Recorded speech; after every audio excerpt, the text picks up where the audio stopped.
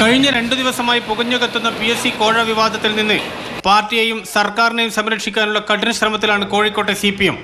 അടിയന്തര ജില്ലാ സെക്രട്ടേറിയറ്റ് യോഗം ചേർന്ന് പ്രമോദ് കോട്ടൂളിക്കെതിരെ നടപടിയെടുക്കാൻ തീരുമാനിച്ചു. ഇതിനു മാത്രമായി ചേർന്ന യോഗം കഴിഞ്ഞ് പുറത്തിറങ്ങിയ ജില്ലാ സെക്രട്ടറി പക്ഷേ കോഴക്കാര്യം പാടെ നിഷേധിച്ചു എന്ന് മാത്രമല്ല, കുറ്റം മുഴുവൻ മാധ്യമങ്ങൾക്ക് മേൽ ചുമത്തുകയും ചെയ്തു.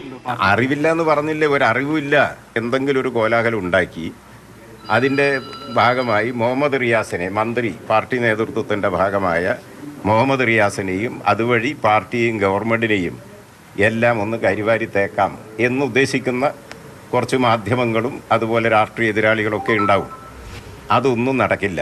തൊട്ടു പിന്നാലെ പ്രമോദ് കോട്ടൂളിയും പരാതിയും കോഴയും അടങ്ങിയ എല്ലാ കാര്യങ്ങളും നിഷേധിച്ചു. ഞാനും ഇതിങ്ങനെ അത്രമാത്രം ഒരു PSC അംഗത്തിന് എന്താ പറയുക, അതല്ലേ, അതിന് മാത്രം വലിയൊരു നേതാവ് കൂടിയല്ലേ ഞാൻ. സാധാരണ ഒരു മനുഷ്യനാണ്. അല്ലാണ്ടെങ്കിൽ പരിശോധിക്കട്ടെ, പാർട്ടി പരിശോധിക്കട്ടെ.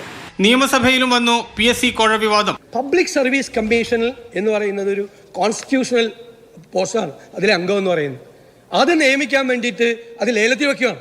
PSC കോഴ സംബന്ധിച്ച മാധ്യമ വാർത്തകൾ മാത്രമാണ് ശ്രദ്ധയിൽപ്പെട്ടിട്ടുള്ളത് എന്ന് മറുപടി പറഞ്ഞ മുഖ്യമന്ത്രി പ്രതിപക്ഷ നേതാവിനെതിരെ രാഷ്ട്രീയമായ കുറ്റപ്പെടുത്തലുകളും നടത്തി തടിയൂരി.